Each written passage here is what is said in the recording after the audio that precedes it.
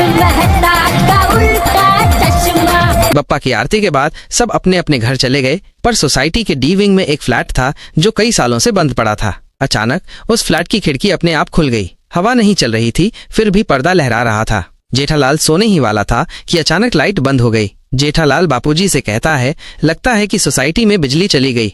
बापूजी कहते हैं, जा बाहर देख तो सही। जेठालाल बालकनी में जाता है और देखता है कि पूरी बिल्डिंग में लाइट है, सिर्फ उनके घर में ही क्यों गई। तभी दरवाजे पर 3 बार डोरबेल बजती है। जब जेठालाल दरवाजा खोलता है, बाहर कोई नहीं होता, लेकिन जमीन पर लिखा होता है डी विंग। भिड़े ने अगले दिन सुबह मीटिंग रखवाई और सबसे कहा, सभी सदस्य ध्यान दें, कल रात किसी ने मुझे फोन किया, लेकिन वो आवाज इंसानी नहीं थी। वो कह रही थी, मुझे आजादी चाहिए। ये सुनते ही दया भाभी कहते हैं, हे माँ, माता जी, ये तो भूत है। और पोपटलाल कहता है कि मेरी तो अभी तक शादी भी नहीं हुई है। मीटिंग खत्म होने के बाद सभी अपने अपने घर चले गए।